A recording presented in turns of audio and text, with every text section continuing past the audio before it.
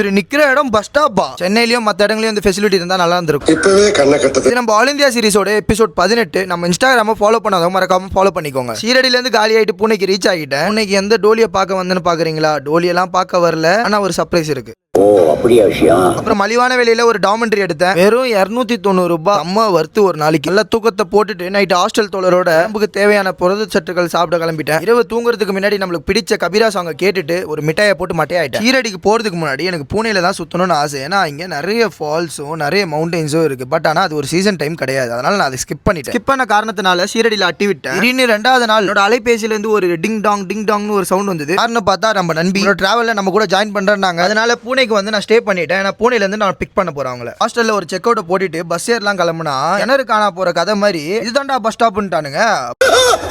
But ஆனா இந்த ஊர்ல எனக்கு ரொம்ப பிடிச்ச விஷயம் இந்த போன் பே தான். பஸ்ல போன் பே அளவுங்க. இந்த மாதிரி சென்னை நிறைய இடத்துல இருந்திருந்தா நல்லா இருந்திருக்கும். ஸ்டேஷன் ரீச் ஆயிட்டேன். வடக்கு தோழர்கள் நல்லா பண்ணாங்க. எல்லாமே அடுத்தடுத்த வீடியோல வரும். நம்ம ஆல் இந்தியா சீரிஸை பார்க்காதவங்க மறக்காம செக் பண்ணி பாருங்க. நம்ம இன்ஸ்டாகிராம் ஃபாலோ பண்ணாங்க, ஃபாலோ பண்ணிக்கோங்க.